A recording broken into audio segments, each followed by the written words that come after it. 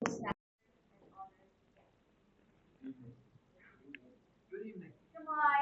target speaker, Toastmaster Trickery.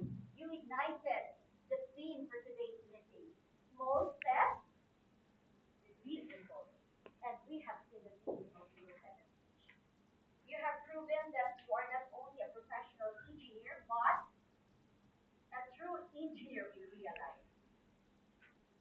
What I loved in his speech was how he captured the audience's attention, how he engaged the audience with a hook question. Do you agree? It was really awesome. And I love the core message of your speech. It was impactful that everyone are engineers. We are engineers in our own life. We kept on inventing, we kept on experimenting, and if we failed, we learned from that mistake. We learned that from that failure. And try again until we succeed, until we get perfect. Because engineering is a mindset. Engineering is not what you do, but how you do it. Now, in your first speech, there were two key points I had highlighted. First was your vocal variety, and the second was your body language.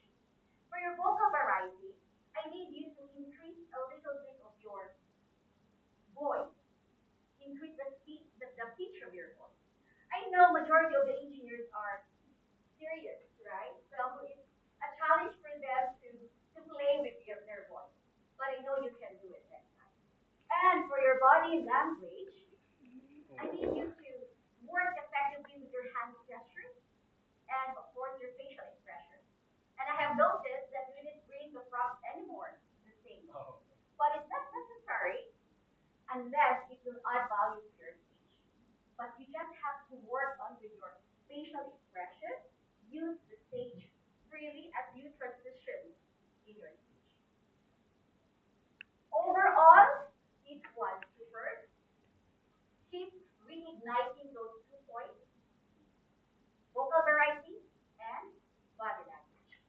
Keep speaking, keep inspiring, keep experimenting, and keep sharing the engineering language. And I'm sure you will